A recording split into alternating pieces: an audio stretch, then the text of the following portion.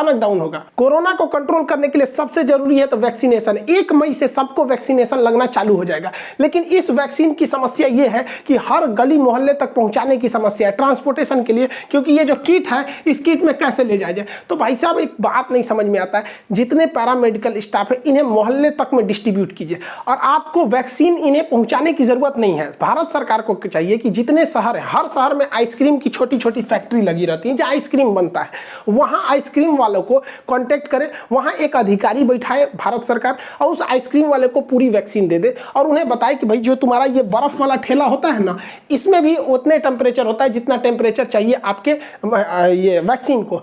इनको कहिए ये गली मोहल्ले तक पहुंचा देंगे। जिस तरह से मोहल्ले मोहल्ले में पोलियो ड्रॉप पिलाया गया ना, ये आइसक्रीम वाले चाहे ना तो मोहल्ले मोहल्ले घर घर जाके वैक्सीनेशन का काम कर सकते हैं। इनके साथ बस नर्स लगा दीजिए, एक मोहल्ले में एक नर्स रहेगी, ये आइसक्रीम के लगाएगा, इसमें पास वो होता है भोंपू पोपू पोपू बोलते रहता है, सब लोग आके लगवाइए लेंगे यहाँ पर।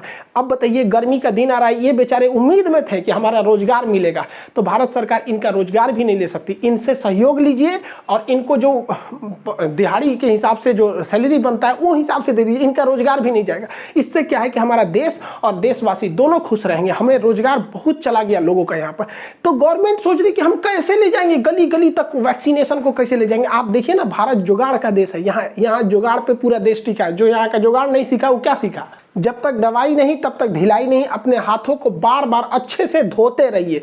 कभी स्कूल से हाथ धोइए, कभी नौकरी से हाथ धोइए, कभी सैलरी से हाथ धोइए, कभी पेंशन से हाथ धोइए, कभी बिजनेस से हाथ धोइए, तो कभी अपने दुकान से हाथ धोइए। लेकिन जब तक बीमारी है तब तक हाथ धोते रहिए, क्योंकि सरकार हमारे साथ है, हमें कुछ नहीं हो सकता है, बस हाथ धोते रहना है हम लोग को। इस तस्वीर को देखिए, ये पत्नी अपने पति के बीमार स्थिति को लेकर ऑटो से हॉस्पिटल में आई। हॉस्पिटल में ऑक्सीजन की कहीं भी व्यवस्था न होने की वजह से बेचारी कहीं भी फोन लगाती रह गई, कोई रिस्पांस करने वाला नहीं था।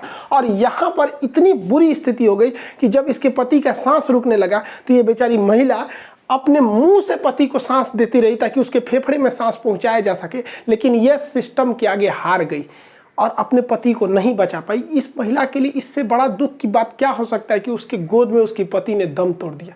ये ऐसा देश देखने के लिए हम लोग थे। हाँ, ऐसा देश देखने के लिए कितना दुख की बात है हम लोग के लिए कि रामनवमी के पावन महीने में जहां गली गली में जय श्री राम के नारे गूंजते थे, आज उसी गलियों में राम नाम सत्य है से चिताएं गूंज रही हैं।